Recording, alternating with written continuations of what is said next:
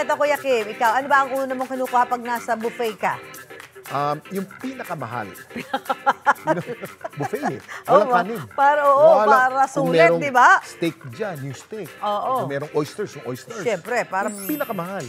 Saka walang kanin. Saka yung pinakamadalas mo kinakain, wag na muna. Huwag na muna. Kapag buffet, merong ang ilan target, yung light lang na pagkain. No? Huwag sila magbubuffet. Sa dami ng pagpipilian, yan naging dilema ng ating bisita ngayong gabi na nagresulta sa patok niyang negosyo, ang Siomai Yaki. Shumayaki. Nabuo ang konsepto ng Siomayaki ng isawsaw ni Yen Bonilla ang siomai sa sauce ng takoyaki na kumain sa isang buffet. Ang ending nagustuhan niya ang lasa at naisipan niya na gawin tong negosyo. Shumayaki stands for Siomai, Shanghai at takoyaki na nung umpisa ay ibinebenta niya lang sa tapat ng kanyang bahay. Kalaunan ay nakapagpundar na siya ng food cart na nag-iikot na sa buong Maynila. At para ibahagi ang gumugulong na sarap ng Siomayaki, kasama natin ngayon si Yen Bonilla. Yen, welcome sa Dapat Alam Mo. Thank you for having me po. Thank you naman, Yen. Our pleasure, Yen. Itong siomai at Shanghai mo, steam ba ito o fried? Di bali yung siomai po natin is steam, and then yung Shanghai po is deep fried. So combine. Siomai, Shanghai. Takoyaki style.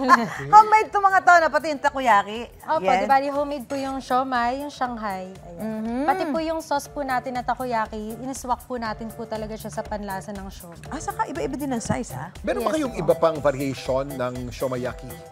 Bali po ngayon, nag-expand po kami ng menu. Di bali, meron na din po kaming tofu-yaki. Tofu-yaki? Tofu naman po siya, takoyaki style. Yes po, ito po. Tofu na may takoyaki. Oo. So, fusion ito ng Chinese, Pinoy, at Japanese favorites, ano? Pero paano ito ina-assemble yan? Sige nga, pakita mo nga sa amin, paano ba yan? So, ganito po siya, of Ayan, course. siomai. Opo. Siomai? Siomai po. After ma-steam siya ng siguro mga 20 minutes. Okay. Lagyan na po natin siya sa plate. Okay. And Tatluhan then, ba ang order? Yes po. 3 pieces per order. Okay, tapos? Then after that, ayun, assemble na po natin yung mga sauce. Ito, sauce to Pang ng takoyaki. siomai muna. Opo, takoyaki sauce. Takoyaki sauce yan. Sige. Ang takoyaki, meron para tatlong sauce. Iba-ibang kulay yan eh. Yun. Diba, Mahilig ka dyan sa Ayan. takoyaki. Hindi, Kaya. nakikita ko lang. Nakikita mo lang. After Ayan. po ng takoyaki sauce, isa to naman tayo sa authentic Japanese mayo. Authentic Mayo. Japanese mayo. Yung Japanese mayo, mas masarap, Susan eh. Oo nga. Mas malambot, ano? Mas malinam Yan, po. Mas okay. malinam. Ayan. Tapos, Then after, Japanese mayo. Tapos, ito ito yan. pong bonito flakes. Uy, Bonito flakes. Oh. Lagyan po natin Ang siya sa bonito taas. flakes. Made of, ano yan? Pusit? Fish po. Fish ba yan? Magkano benta mong ganyang size? Di bali yung ganito po, it starts at 55 pesos. Not bad, ha? 55 Yes, yan, tatlong malalaki? Opo. Boy, pang ulam na rin yan, di ba? And then after po ano is na? itong onori flakes. Ano yan? Honori? Onori flakes. Japanese naman yan. Netflix. Okay, pwede natin tikman, Susan. Sige, Kuya Kim, Ito, tikman mo. Magkaiba ito. Ano ba? Para Di pareho bali na. ito po yung bestseller namin. Meron po siyang cheese bomb. So double cheese. Ito pong cheese bomb namin is may melted cheese na ito Sa loob. namin sa harap. Gano'n. Ayan po, Ito, oo.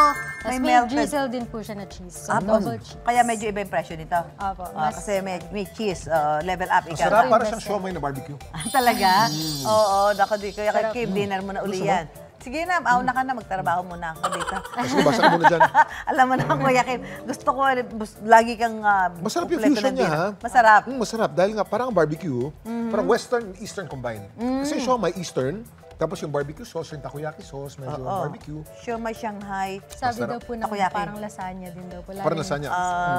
Masarap naman pala, Kuya Kim. Maraming salamat yan sa pag-share sa amin ng merienda mo with a twist. Well, a twist talaga ito, Kuya Kim.